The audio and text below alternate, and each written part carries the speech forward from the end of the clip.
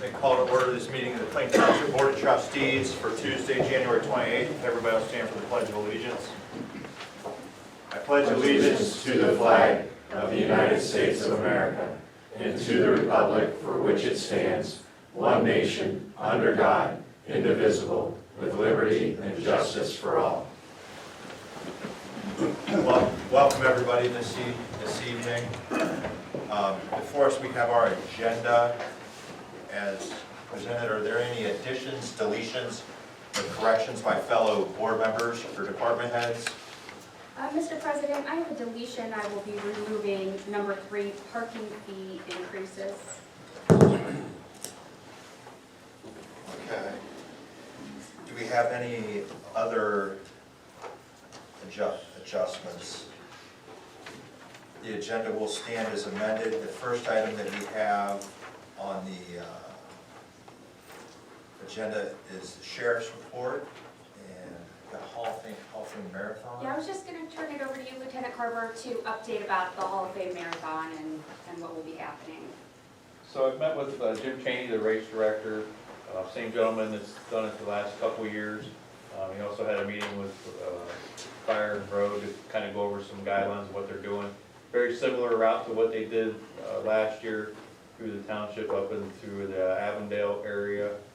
He's still trying to fine tune a couple things. Last year it went, I thought, pretty well as far as educating the public and the people along the route that might have some effects from the race. We foresee doing it very similar this year as we did last year. Not a hard road closure, still letting some traffic in and out. The restrictions would be when the main rush of the runners are going through, but we would anticipate very minor disruption to residents in the area. Any questions about that or clarification? Does anybody in the audience have anything for the sheriff's office specific to the marathon? Okay, well, I do believe we've got some residents here this evening though. Roger? Sure. If you want to, because it has to do with speed concerns, so Am I for doing the this? sake of the sheriff. Well, I wasn't prepared to do this myself, but my name is Roger Evans, and I live at 7017 Fenwick. Most of the guys, gentlemen, ladies up there know me. We have a problem with Fenwick, actually the whole neighborhood, but Fenwick is the main one where we have a problem with speeding going on. It's a narrow road. We've tried to address this. Scott's done some stuff for us. I think the sheriff's done some stuff for us, put some speeding signs out. Or the Buggy. Speed buggy, thank you. We've come to the conclusion that I think we're gonna have to try to do something else to get this slowed down. We gotta slow the traffic down, slow the flat. The road is really narrow. It curves as you go around our houses. I'm mowing the yard, I almost get hit. I know one of our guys here, dog got ran over last year. We just gotta do something. People walking up and down the street, we have no sidewalks there. So I don't know what to do. I'm coming to say, I guess as an association that we belong to, we're coming to say, what can we do? What's out there for us to do? Put stop signs out on certain interchanges, have a policeman there all the time, monitor, which, help us out. That's what we're here for. I'll start on first. I'll start first pass on this. I know from the state level, the ability just to put up stop signs at intersections for the sake of controlling speed is not a permitted use. I do know, John, what did we say? It was the late part, it was Q4 last year, was it, that we had asked to see if it could be interpreted from a safety aspect, but I don't know if were we ever able to find if there were any, say, strings that we could grasp onto to make the argument, because, I mean, similar to what you guys are dealing with it, and I agree, I've been with you in your yard when somebody's come, or some buddies have come flying around that corner, so whether it's there, it's Mark, or it's Firestone, I mean, the ability just to put stop signs in, I think we're sticking point because of the state legislature and what they permit, but outside of that, really, you know, from an additional patrols, I mean, outside of, we'll hit targeted enforcement every once in a while, but as you, I'm sure you can imagine, unfortunately, speeding's an issue throughout the entire township. Sure. We could tax everybody till you're blue in the face and didn't have another dollar in your account, and it's still probably, I mean, we're fortunate, Commissioner Smith here is a former trustee, could probably tell you from what he's dealt with down in Canton Township to which year, it truly is a hardship. I can tell you, we have been having discussions, and when I say having discussions, over the last 2 meetings, we've taken a look at these flashing speed limit signs. I can tell you, you know, from our conversation so far, we need some type of set criteria, because some of the areas where they've asked to put them, it's either low volume, or it's really at intersections where speed sign doesn't, so that's something that's being discussed. It's not a final answer, but. Well, It seems to me that it would be a real, and I apologize. hold on one second. Yeah. But Scott, you know, on our street, it's narrow, Yep. and the way Fenwick is, Depends. it It's a bends, it series of goes slow. around like this, so you got some, all of a sudden they're up on you before you see a guy walking a dog, walking kids. Dog's out running, and just happens to be in the wrong spot at the wrong time. This is a gentleman whose dog got killed last year, so. That to me is a safety, and if that's the avenue we need to track and go after, we need to move it forward. I do not know what you need to move that forward, but we're here as a group to try to push that and move that agenda forward, okay? And we have Lieutenant Carver's here, so Lieutenant Carver, will you give your opinion about, because the board's been discussing the flashers, how you think that would work, or have you seen something different in another township, better, any suggestions? I don't think flashers are an issue. We gotta have stop, because I'm telling you, See, we now, It's really a long, winding. Hey, guys, that's, if you're gonna talk, I need you to give your name and address for the record, so. okay. I'm Cheryl Evans. I live at 7017 Fenwick, and I'm now the president of our HOA association. We have a beautiful neighborhood, and it's become unsafe for the last quite a few years. We have walkers, we have dog walkers, we have bicyclers, we have the cross-country team and the track teams that go through the neighborhood running. Sometimes starting at the end of July, the band will come through in small sections as they're practicing, getting ready for their new season. We've had a dog that's been killed. We've had a couple of incidences where people have just had to totally get off the road. And we're coming to you for your help to tell us and help us get to the next level so no one gets hurt. That's what this is really all about. And you're not gonna find any more, And more on we, your you side know, from the aspect, I'm not paying you lip service. I've been a victim of a hit and run accident when I was 16, so I understand probably as good, if not better, than some of you sitting out there. the well, we critical now importance have of two, it. we now have two more entrances into Fenwick.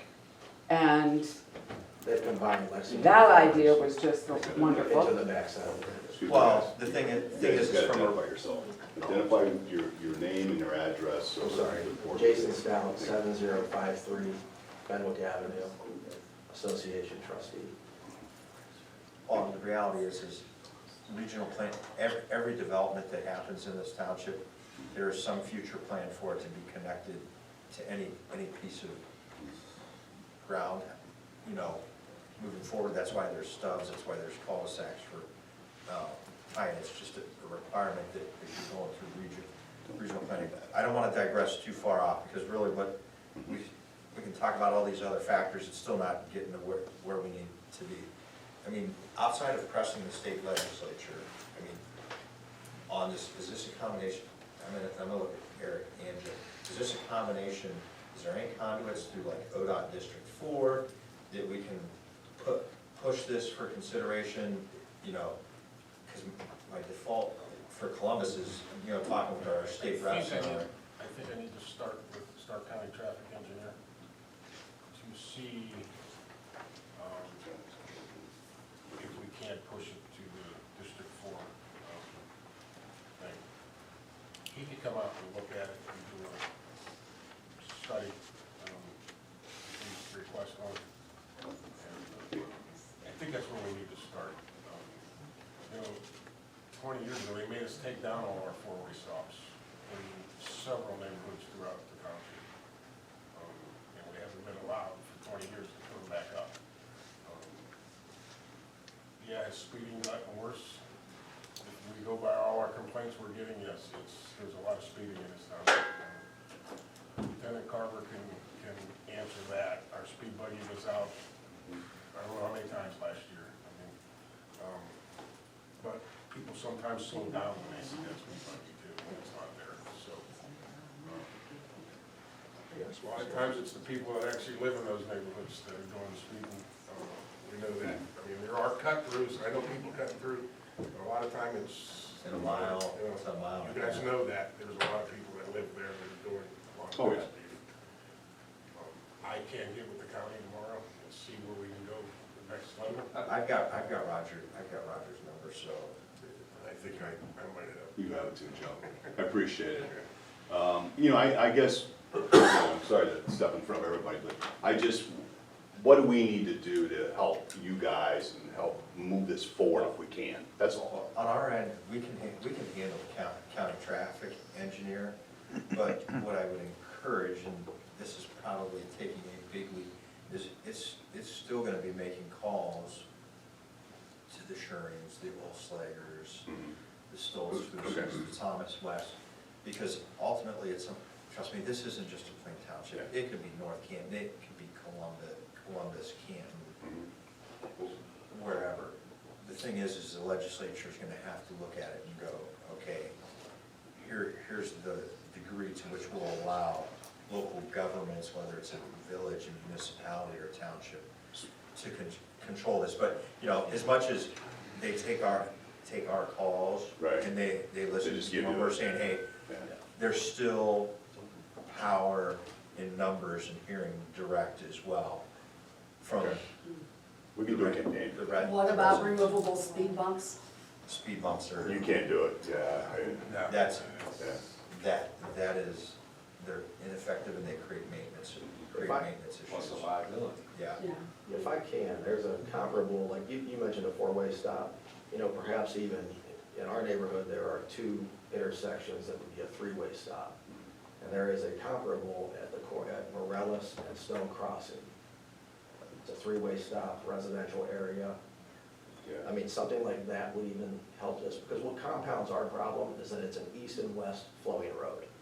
So at the busiest times of the day, travelers heading west are blinded by the sunset. And in the morning, you know, they can't really see well with the sunrise. So, I mean, those are the busiest two periods of the day with the in and out. And we have had a number of situations, you know, where, you know, we were out on a bike ride coming up, and the fellow was traveling west, and like to their, Roger's point, you know, we had to get off the road. Had to get off the road or we would have been ran over. Comparably in the morning, Tony and he was walking his dog, and I had just taken the kids to the bus stop, and we stopped and we were talking in front. If I didn't pull him and the dog into the yard, we would have got wiped out with the eastward traveler in the morning. And because we So don't it's have, just too because many we don't have, calls. and because we don't have sidewalks. Yeah, and I'm just one that person, creates everybody, I'm sure there are many similar stories. On, to the sidewalk point, the reality is, when the plans go before regional planning, whether the developer wants them in as part of the plans, that's part of it. I can tell you, we've had, good example, Wicker Creek, when that original plan come up, had sidewalks, they come back later, said either transfer them over the township to maintain them. We don't have the resources to maintain it, nor do we want the liability of it, but to come back through in an established residential allotment, you know, I don't even know how you would legally go through, Well, I don't think that's you know, something. fronting the cost. No, we're not even, I mean, that's just, I'm trying to talk through That options. doesn't help with the speed. no, Joe, Joe, I do have a question, hold on one second, Joe, I have a question, is that street legally the Yeah, right width? it's 24 feet of pavement and plus the curb and gutter. It is. I mean- It's- Your whole allotment is that way. Yeah. All new allotments are that way. That's mandated by the county's regional planning It commission. just seems tight, I tell you, it must be because Because of of the the curves. curly Yeah, curve, because yeah, of the curves. yeah. With us being an HOA, we are so rare anyways, and struggle all the time. But we happen to have some really good people that really value their property and their environment and their neighborhood, and are very proud of it. Is there anything maybe as an HOA that we could do? We have 144 homes, almost 145. You know what? That's what I was just thinking, honestly, the only thing I think within the legal authority or power that if you go through parts of North Canton, they'll have folks that have little yard signs, you know, slow down, children at play, you know. I do know from talking with some of their council people over there, not recently, but in the past, that has helped a little bit.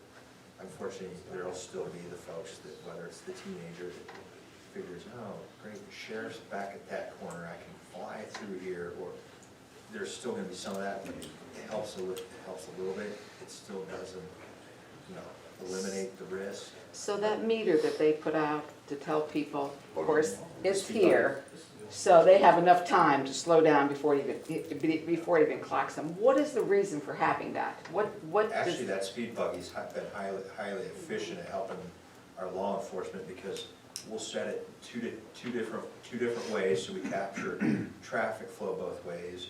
And typically, it is put at a point of line, unless it's a straight run, Joe, we typically set it at a spot to where We our try to guys get them will coming try. around curves or over little hills. So they don't My have. guys So are by the sitting right time there you and cut, they do it. and honestly, the distance at which that's capturing it, by the time you see that, It's it's already captured your initial speed, so. Does somebody read that? I mean, Yes, what- absolutely, so It what so happens It is, prints out a report of the whole day, the whole time it's out there, so every minute that it's, you know. traffic used counts, speed traffic. counts, it'll And show so you. what the- is the So we purpose know of So if it's- it's that? from 8 in couple the morning things. till 10 is busier or more speeding, or, you know, at Well, what we, night. Joe, what we do with it is twofold. One, copy goes to the sheriff's office, so Lieutenant Carter and the guys can go, okay, hey, outside of taking care of normal business, you need to, let's do some targeted enforcement during these times in these areas. But two, we'll give those reports to the residents, because in some instances, even though you feel or you perceive somebody's traveling fast, the reality is, there may be a couple outliers, but most folks are within the speed range, because at the end of the day, the roads are made to drive on, they're not made to walk, and I'm not saying that in a disparaging context. Trust me, I walk through my neighborhood, walking my dogs on the streets, and whether it's crossing over a hill or something. Well, I'm old school, that's being Yeah. neighborly. Oh, no, and I totally respect and I agree, I'm just, from a technical aspect, that's, you know, we do use that data, it's not, hey, yeah, we took a report, you had 1,000 cars through there were only a couple that were over. It goes to the sheriff, and then we can provide it back. I've actually got it back, she Yeah. didn't ask me, so I got copies of it when they put it out the. Yeah, for, when I was First in here. time, yeah. And, you know, in some instances, what we'll do is we'll place, you know, maybe it's just by your guys' house, and we'll flip sides of the street so you can catch the traffic, because the traffic may be heavier one direction than it is the other, but then we'll also take it further down the road to see if it makes a change. So, I mean, those are some of the things, but for the sake of the issue to start, the Stark County traffic engineer, Joe's gonna talk to, we'll take a look at those numbers, we can follow up directly with you guys on that. Two, it would be following, I would seriously encourage contacting state legislators. Okay. You know, we can make that, because it's bigger than just us, it's bigger than clean township, bigger than Stark County, but Scott, did they stop you from putting up stop signs in? Is that the way I'm getting it? Is the Yeah. state Yeah. stopped you guys from doing that? yeah, not, So they can't, you can't run your own streets? I'm No. confused here. Nope, we're not like cities. So it's an Ohio ordinance. Oh, that's right. even, we're even township. even as a home, even as a home rule resolution township where we have expanded powers as compared to just a traditional township, we're still restricted back. So that's why leaning on, the Okay. county engineer's office for some of these things comes into play. So- And we see our state rep next week for legislative session in OTA. Well, I made a note, we'll bring it up to him Who? too. There's a number of, Oh. we're gonna be down at the Ohio Township Okay. Association Winter Conference, there's a number, well, there'll likely be a few legislators, most of them will send their aides based upon experience, but, sir, Hi, my state name's your name and Jack address. Dutton, and I live 7004 Fenwick Avenue. I just a little perspective of what's going on there. I have a son who has a significant other, is an assistant softball coach at Eastern Michigan until they did away with the program. And I asked her for her radar gun about 2 years ago, and she brought it down, and I had it out there. I clocked a young man, I think it was a man, doing 63 mile an hour coming from Somerset south. And in the mornings, when I use that thing, the speed limit's 25 mile an hour. I would say 4 out of every 10 cars were above the 35 mile an hour limit. That's just kind of the way the neighborhood is all day long, really. It really is. The 63 mile an hour, the guy was flying. I told my neighbor, I said, one of these days you're gonna have somebody in your living room. Joe, if you reach out and you need somebody, come, talk, Yeah, let me know I'll get in touch how we with go you. forward, and that would be Actually, great. going to the county engineer's office tomorrow for a meeting, and Okay. I'll talk to them. If there's anything we can help you guys, group with, that's what we're here for. Even as our association, I mean, because Yeah, we can. that's probably the big, I that is our think- big pet peeve. Joe, once you get in touch with these people and we start, looking at what some of the solutions might be, not only do we want to get support from their homeowners Right. association, Right. this whole situation we have in just about every other neighborhood. And unfortunately, because Joe and I just talked about this 2 weeks ago, when I asked him, even when new allotments go in, who determines where stop signs are going to be? Right. Because what I'm seeing is, the mentality is, well, let's stop a whole bunch of side streets, but the main thoroughfare, let's make nice and long with no stop signs on it. And I'm just a regular guy, I'm not a traffic guy, but to me, that makes no sense. To me, I would think that somebody's to slow them down, or to make it safe, I don't want to say slow them down. Don't say slow. To make it safe, they should recognize they're gonna have to stop. Now, that stop sign in and of itself does not necessarily make them stop, but at least it'll make them think. And, which is kind of what our signs do, our flashing signs, because you can tell, because I've watched them. I've gone out, we had an issue over at St. Mike's, and I went over for like 3 mornings in a row and watched. And you could physically see the headlights, as soon as they saw that sign, you could see the vehicle's headlights dip down, hitting the brakes. And they travel that road every day, and unfortunately, in your neighborhood, I'm guessing that most of those people that are driving on that street are all from those neighborhoods. Because nobody usually going either off of the north side or the south side know how to do that cut through because it's too complicated. So I'm guessing that street is being fed by all those other allotments. So, and again, I don't know, I don't remember how far those HOAs go or connect with each other or are contiguous, but it might be a good idea to simply put out the word that we're gonna start increasing some of the traffic stops and taking a look at those. So you may wanna think about slowing down going through those neighborhoods. It's a shame that we don't have the newspaper here to. Yeah. I just didn't know if also with, those two additional estuaries coming from Lexington Farms obviously has created an increase in the Sure. traffic that comes through our neighborhood. If maybe now that these things have been connected, they were planned obviously at one point in time, but those two roads were cul-de-sacs. They were dead Yeah. ends. And within the last year or so, now that it's coming through at both angles, maybe it's worth revisiting.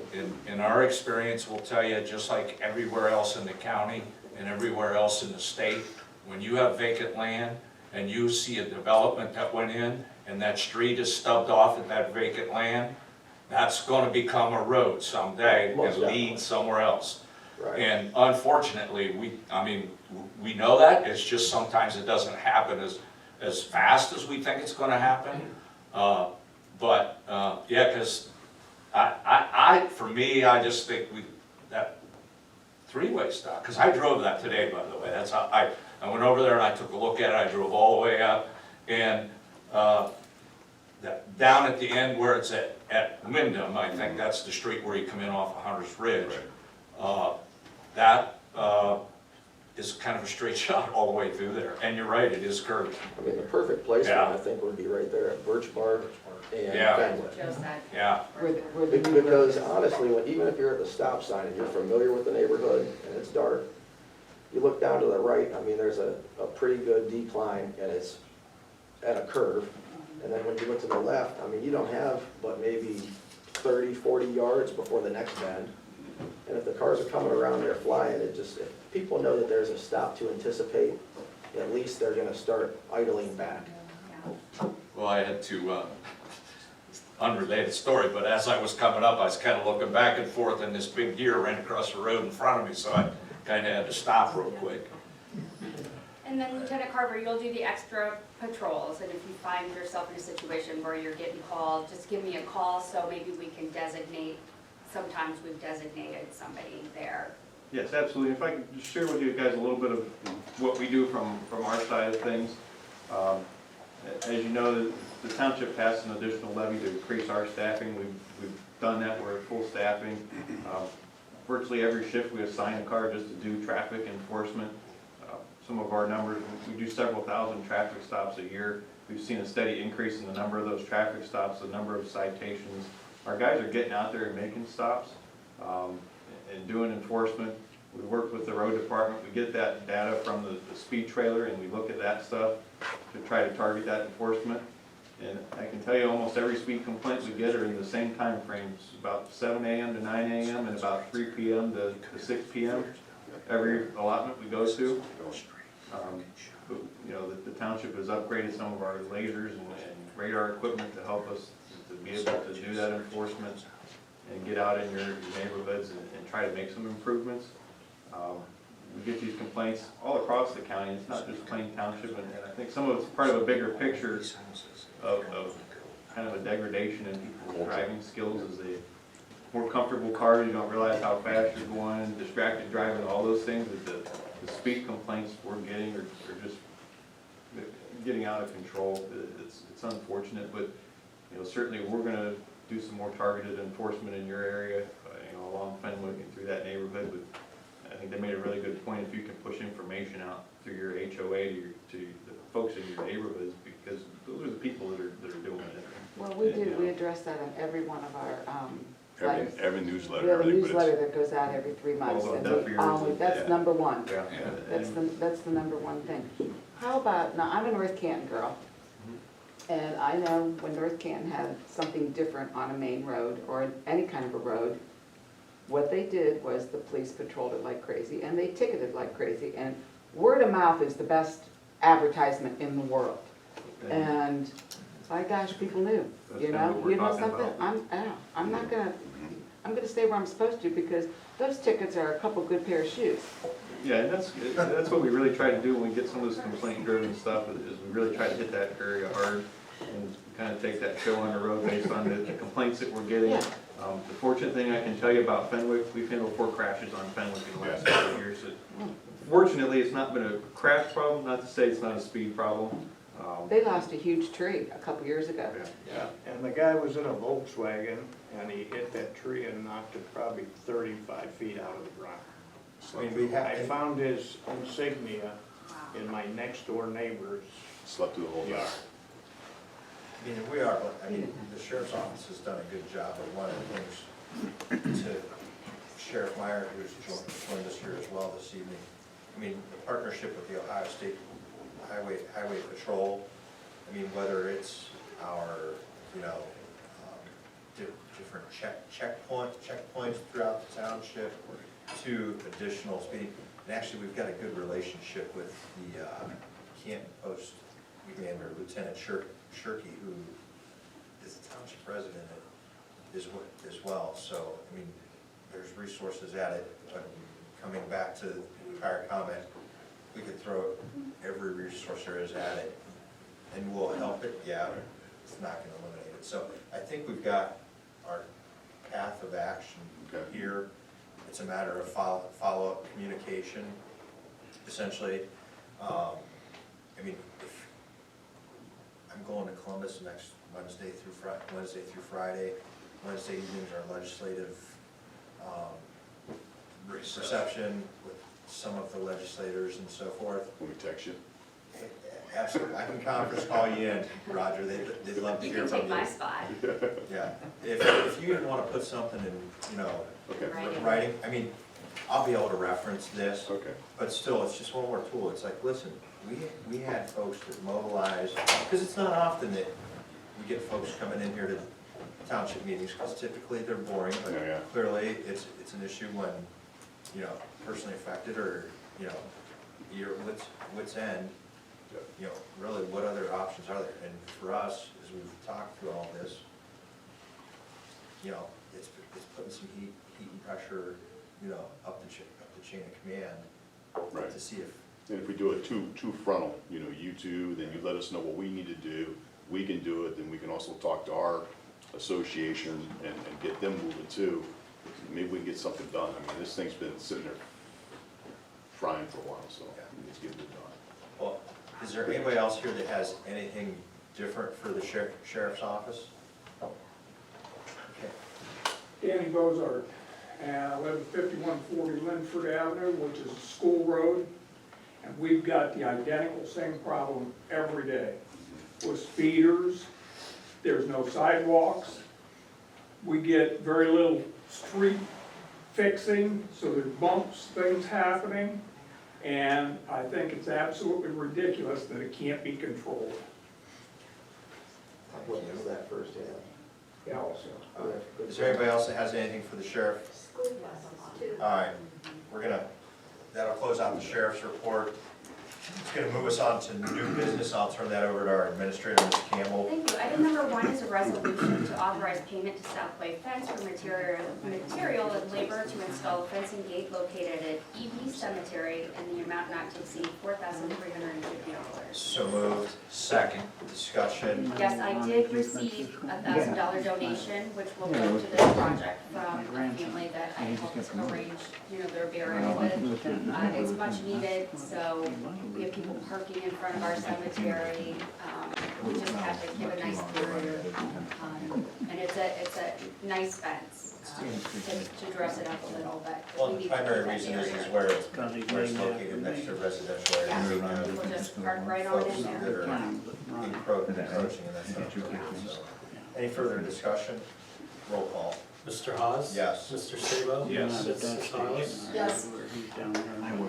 Okay, item number 2 is a resolution, and I'll shorten it up, in regards to the snow emergency authorization, and the resolution is to have the fine for the no parking order to be changed to $50, and if not paid within 3 days, to be increased to $75. It includes your language prior about still towing and impounding, but the major change here is the increase in fees. So this is a resolution that will resolve that. I will so move on new business number 2. I'll second it. Discussion. Yeah, I think that's why our road guys are here, potentially, but when there is a snow ban, and cars have to be moved off the road. It can become a safety issue. you can't move a plow truck fast enough if it hits ice. It creates accidents, but also it creates that fence of snow that goes around the vehicle, and then when it starts to melt and freezes again, then you've got ice, which is unsafe for everybody. The fee has been $5 since this began, and, you know, I could go get a Big Mac for that. So it's gotta be something that really, you know, affects your pocket. Well, I think, you know, we started, actually, it was even before you joined the board, John, I think Lou Al and I, we took a hard stance a couple of years ago where we actually towed, and I know it created a lot of work for the sheriff's office, it created a lot of work for Joe's guys. Folks got the message, because outside of a ticket and a tow bill or impound, this is honestly the only way that within our power to, again, hit them where it hurts. And it's not that we're looking to fill township coffers here. When we put a parking ban in place, it's for serious purposes. It's not just for, you know, the safety of township residents, it's for our road staff that's out there. You know, we're the first people that you call when you go, oh, my road's not cleared, or where's everybody at? Well, it's a whole hell of a lot easier to get roads cleared when the roads are empty.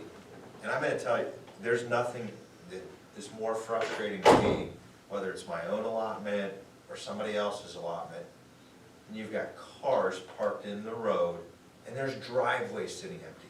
I don't care if you have vehicles parked in your garage, and somebody's gonna have to get up and move one vehicle to get the other one out. We put the snow parking ban in for the safety and well-being. If folks want quick turnaround on clean roadways, you owe it to yourself, and you owe it to our road employees to follow these notifications. And to say that I didn't know anything about this. Listen, the press release goes out, it's radio, it's newspaper, it's social media, it's township website, it's on Nixle, which you can sign up for free notifications. There's plenty of conduits. And just as it's upon us to make sure the information's out there, for every single resident that's out there that drives, you also have a responsibility. That's right, a responsibility and an obligation when there's any potential for inclement weather to go, oh, maybe I should check one of these sources or tune into the radio. Because I will tell you, we're gonna take the stance that should the parking ban be in place, your vehicle's in the road, and whether it's fine, ticketed, it's impounded, or God forbid, one of our trucks, as heavy as they are, slides into your vehicle that's parked in the road illegally, we're gonna contest paying for any damages, because as constituents, you've been warned. That's all I've got. Can I? Yeah, Joe, if you want to elaborate a little. This past 2 weeks ago, when you did, you know, put the parking ban in effect 12 hours in front of when it was gonna, you know, start, as my guys are going out, they're seeing more and more cars than ever. This might have been the worst one yet. We got people in cul-de-sacs and other streets pulling their cars out of their driveways, parking them on the road in front of their driveway so the snow don't go in front of their driveway. I mean, we can't have it. I mean, I'm gonna start, after what happened a couple times, and I'm gonna thank the sheriff and everybody from what they did, we're gonna tell them we're not gonna do it. We're just not gonna plow that road. And if it's 2 days later when we get back to it, I cannot keep putting these guys at risk of hitting vehicles and having to go around these cars.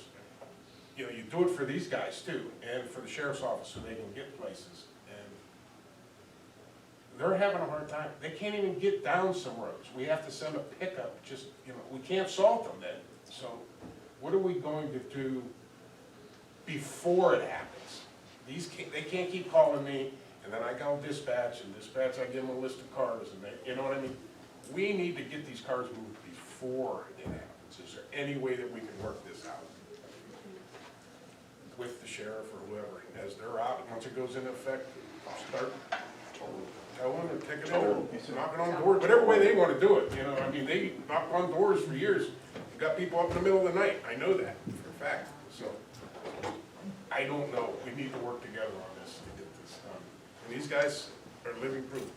A couple of them have it worse in towns where there's parked cars everywhere. Well, I should say, granted, I haven't been out in a plow truck probably in the last year and a half, I've gotten out, and there's nothing more frustrating, even in a 3/4 ton truck, trying to figure out where you're gonna push snow on these little cul-de-sacs. The big guys come through, then the small trucks come through, push it back maybe a little more, clean up the cul-de-sacs, and, It's tough. yeah, it's time consuming. That's six driveways in a cul-de-sac, now they're parked. And the reality is You know what I mean? So- Joe, we've talked about this before for the sake of the public, but I mean, how many driveways there are, how many throats on roadways? There's no 22,000 or There's something? no way It was possible 11,000. I thought it to was- always, Yeah, it was always be kicking, you know, the blade away. It's not like we're looking to plow vehicles in the ends of driveways. It's a nature of the beast. They'll move their cars, and And- then there's a big pile of snow out in the middle. Well, yeah, that, and then what makes it worse, if you have one of those situations like we had a couple of years ago, where you had that big pile that went right around the car, then it thawed for a day, then it got cold again, now you have a big pile of ice. And you can't move that with a plow, no matter how hard you try. So, I think the reason that we're doing this makes sense. I think we just have to have that collaboration again with the sheriff where we see it's going on. I'm more in favor of just starting writing tickets. Lieutenant, to get a vehicle towed, that ties up a lot of your time, doesn't it? It takes up time, and just to give you a little background on what we do, we've had snow events where we've towed over 100 cars in the past. We've tried to dial that down a little bit just because of it's so time consuming. So what we typically do, as soon as that clock, the last ban came into effect at midnight, our guys are instructed to start knocking on doors, get these cars off the road. As the snow starts picking up, the roads are getting bad, we get busy handling crashes and other things. We're ticketing those cars, we're trying to make contact and get them to pull them off the street, because that's the quickest way to deal with it. And we're still towing cars if that's what we need to do. So we're trying to address it, but it's a huge problem. If you can't get a hold, touch with somebody at that home, or do you ticketing these cars? Even the ones we're Do you think this getting, increase will help? even the ones that we're getting in touch with them, like this last event, they still got tickets. It was, get your car off the road, here's your ticket. We've still done that. If we're not able to get a hold of somebody, then we're towing it. I just know what they're reporting to me and calling back, and if they got something to say, I'd like to hear what they have to say, but they said this might have been the worst one that they've remembered in a while, with parked vehicles. Any further discussion? And we've noticed it more in the new allotments than the old allotments. Believe it or not, Actually, we've had them double Saratoga parked, Hills and is atrocious. we gotta move money ambulance calls where you get the truck down and get calls back. Do they have their own soldiers, those home? Oh, yeah, we put it out in the newsletter. There's only maybe They still don't. No, Okay, no. no further discussion. Disregard it. That's- Roll call, Mr. Hawes? yes. Mr. Sabo? Yes. Mrs. Harless? Yes. And that's the end of new business. That'll take us to the fiscal officer's report, Mr. Wolf. Thank you. Fiscal Officer number 1 is a request for resolution to authorize payment of pending warrants in the amount of $151,301.29. So moved. Second. Discussion, roll call, Mr. Hawes? yes. Mrs. Harless? Yes. Mr. Sabo? Yes. Fiscal Officer number 2 is a request for resolution to authorize payment of regular payroll in an amount not to exceed $250,000. So moved. Second. Discussion, roll call, Mr. Hawes? yes. Mrs. Harless? Yes. Mr. Sabo? Yes. Fiscal Officer number 3 is a request for resolution to authorize payment for the following medical claims. I will move on fiscal officer number 3. Second, discussion, roll call, Mr. Hawes? yes. Mrs. Harless? Yes. Mr. Sabo? Fiscal Officer number 4 is the investment report.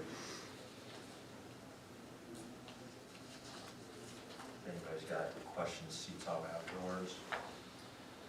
Fiscal officer number 5 is the bank reconciliation for December.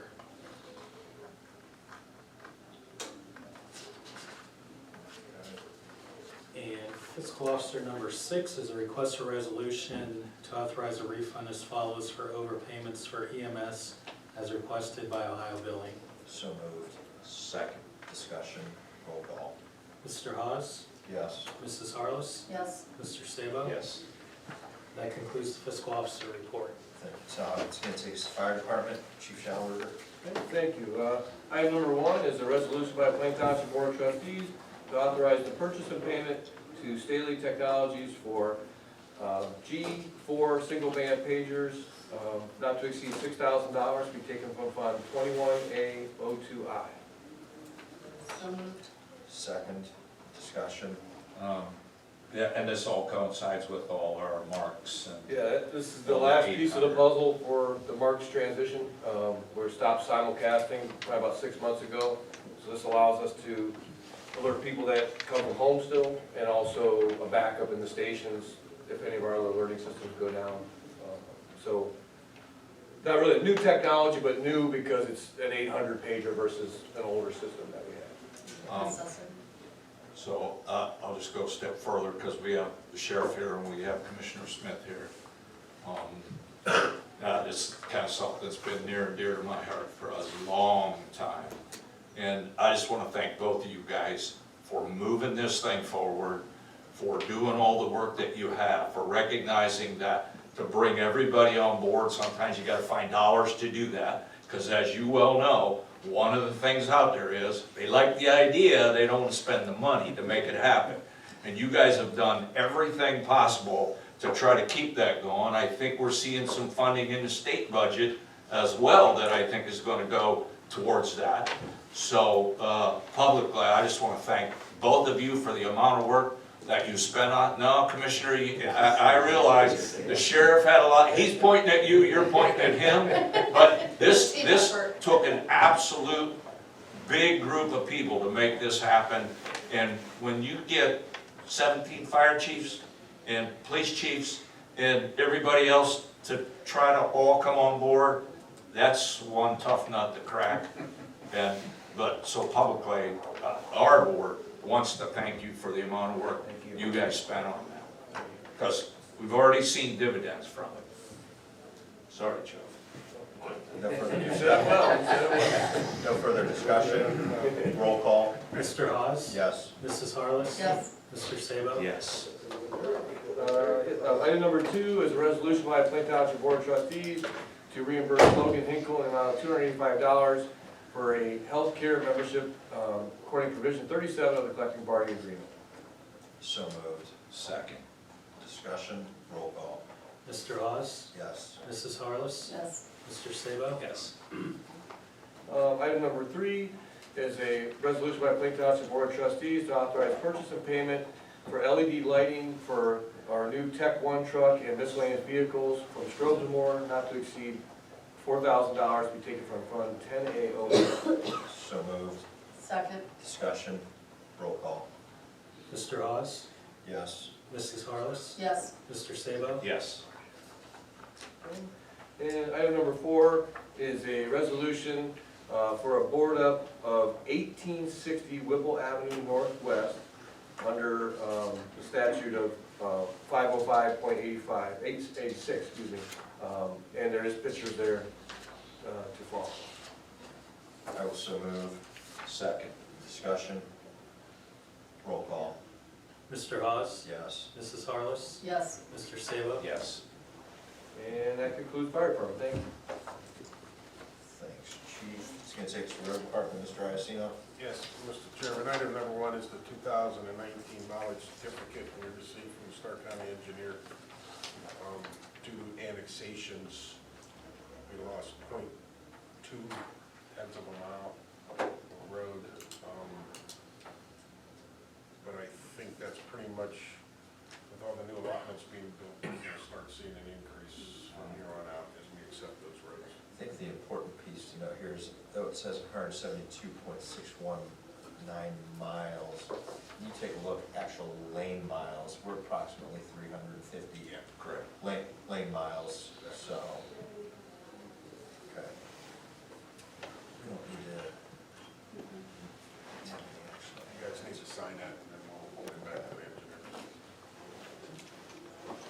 Item number 2 is a resolution by the Plain Township Board of Trustees, Stark County, Ohio, to authorize the purchase and installation of a new Alamo McConnell Pro Series rear mount boom mower through state term bid from Akron Tractor in the amount of $46,391. I will so move. Second. Second, Ms. Harless, discussion. Just for clarification, Joe, the piece of equipment we have now, it's an older piece of equipment. To try to get parts is extremely It kept breaking. We were having a lot of problems with it breaking, and I think the extension was too long on it. This is gonna move it from the side to the back, so it'll make the extension a little shorter, and there's so much pressure on it. But we had to find somebody, as I told you, that can retrofit our tractor, because a new tractor was gonna be close to $100,000. So crazy. this company can retrofit that, and they'll do all the work and come and get the tractor and deliver it back to us. No further discussion, roll call. Mr. Hawes? Yes. Mr. Sabo? Yes. Mrs. Harless? Yes. And item number 3 is a resolution by the Plain Township Board of Trustees, Stark County, Ohio, to authorize the purchase of a new Mitsubishi 5,000 capacity LP pneumatic tire forklift from Fallsway Equipment, not to exceed $22,500. So moved. Second. Discussion, roll call. Mr. Hawes? Yes. Mr. Sabo? Yes. Mrs. Harless? Yes. Thank you. Thank you, Joe. Takes us to zoning department. Thank you, sir. Item number 1 is a resolution to amend Resolution 20-043, which was a resolution to adjust the zoning department fees. There was a mistake in one of the fees, and this corrects that. I will so move. Second. Discussion, roll call. Mr. Hawes? Yes. Mr. Sabo? Yes. Mrs. Harless? Yes. And that's all for zoning, sir. Takes us to Parks Department, Mr. Steinberg. Thank you. Just one item tonight. It's a resolution to accept the resignation of Jacob Converse effective February 9th, 2020. I will so move. Second. Discussion, roll call. Mr. Sabo? Yes. Mrs. Harless? Yes. Mr. Hawes? Yes. That's all. Thank you. Nothing under the law director, nothing under communications. It does bring us to the portion of the meeting, public speaks. Should you wish to address the Board of Trustees, we just ask that you state your name and address for the record. Is there anybody who wishes to address the board? Okay. No, nothing. Commissioner Smith, do you have any wise words of wisdom? What's going on down at the county? We need to be glad to see you're out. Yeah, thanks for coming tonight. No, just visiting, and things are going well, so hope they are for you. Absolutely. That would conclude public speaks. Concerns of trustees. Do either of you have anything? I got a couple things I want to touch on. We are experiencing, and we're taking the right measures, but we're experiencing dumping issues back over by Toys R Us and Salvation Army again. So whoever's out there doing it, and you're watching this video, or you read about it in the paper tomorrow, we're gonna nail you. I mean, it's getting old. We take pride in our community, and we've got a number of homeowners that live over the area that are sick and tired of seeing the dumping in their areas. So, pay to have it disposed. May I touch on that? Yeah. We were sent out today by zoning to quite possibly the worst case scenario we have ever faced with an abatement cleanup. We had a full-size freezer and a full-size fridge filled, and I mean filled to the brim, with spoiled product, most of which was meat, eggs. It was not only rancid, but quite frankly, a health hazard. We were in hazmat suits for the better half of the day. We had to dispose of it. We had to call for an extra dump of one of our dumpsters to get it out so we didn't cause any more issues, and then take the extra stuff. I mean, it is absolutely atrocious what my guys had to deal with today. I just wanted to put it on the record that we're happy to do our jobs, and they did it well. We appreciate But you. my lord, was that the worst I've ever seen. So, that's the only thing I have on Toys R Us. The second one is, I want to make sure for the sake of the record and for the public's understanding, there was an article this last week on the Starfire gas stations. As president of the board, occasionally get contacted by the press, conversations. We were talking initially about the station off Old 62 Columbus Road, working through getting that mitigated and getting that through the land bank back onto the productive rolls. But it led to a conversation about North Market, the Starfire, where we'd worked with regional planning, successfully abated that property. There's been some backlash. We've seen it seems a little more activity, whether it's social media, the newspaper, conversations just in passing, that how does Plain Township have this dually zone? I want to set the record straight. We do not have that property dually zoned. When a business ceases operations after 2 years, the property will default back to residential zoning. In this situation, after the property, which was complex because the gentleman had just shut down the businesses, left fuel tanks in the ground, left the taxpayers on the hook, essentially to fix these issues, and we were able to successfully do that through securing grant funding with the help of regional planning folks at the county.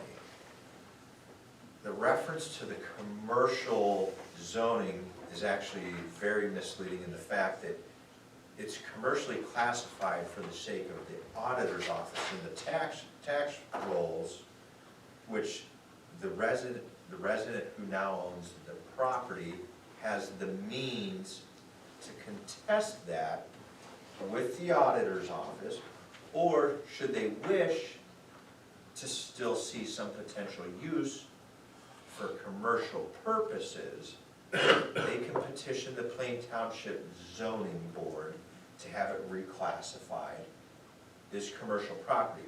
That is predicated on the assumption that a plan is brought forward to actually turn that into productive business. I'm simply speaking for myself. I won't approve just a simple re-changing of zoning without having some type of planning, because it's a very serious issue. It's not just that, well, hey, we can get it as a B1 or a B2 or industrial, whatever it may be. We don't only have to look at what's the immediate proposed use, what are any future uses that can fall within that. So for anybody who may have thought, oh God, what are they doing in Plain Township? We get it. It's still somewhat of an eyesore to us. The misfortunate part of the situation is the individual or individuals who acquired the property, we've reached out to them to say, hey, here's certain things that could be done if there's a plan. What we're told right now is there's no plan that's readily available, but they just want the property as commercial, which when we get down to the nuts and bolts of it, it was picked up for about $22,000 through sheriff's sale. You can't flip it for a quick buck and put money in the pocket. The township's not gonna just turn around and say, hey, okay, yeah, we'll classify it as business so somebody can be financially enriched. Whether it's that parcel of property or anything else in Plain Township, again, speaking for myself, we will do everything within our legal realm of power and control to help positively influence development, no different than we've done back here with Oakwood, we've done with the Earth Fair Plaza, especially thanks to the commissioners with, tax abatement on the property back here. This entity is more than willing to work, but I want to just set the record straight. The article wasn't exactly forthright in the context and the tone of it. So, on that note, my rant's over, but I apologize. When there's misinformation, the greatest thing to do is shine the light on it. Anything else? That concludes concerns of trustees and concerns of the fiscal officer. No concerns. Okay, that'll take us to the approval of minutes for January 14th, 2020, and I will so move. Second. Discussion, roll call. Mr. Sabo? Yes. Mr. Hawes? Yes. Mrs. Harless? Yes. We do have a need for executive session, so I'll make a motion, be it hereby resolved by the Clayton Township Board of Trustees, Stark County, Ohio, to adjourn the executive session at 7 p.m. from this regular meeting as authorized under Ohio Revised Code 121.22G for the purpose of consideration of 1E, promotion or demotion of a public employee or official, 1F, compensation of a public employee or official, 1G, investigation of charges or complaints against a public employee, official, licensee, or regulated individual. Second. Second, Mr. Sabo, discussion, roll call. Mr. Hawes? Yes. Mr. Sabo? Yes. Mrs. Harless? Yes.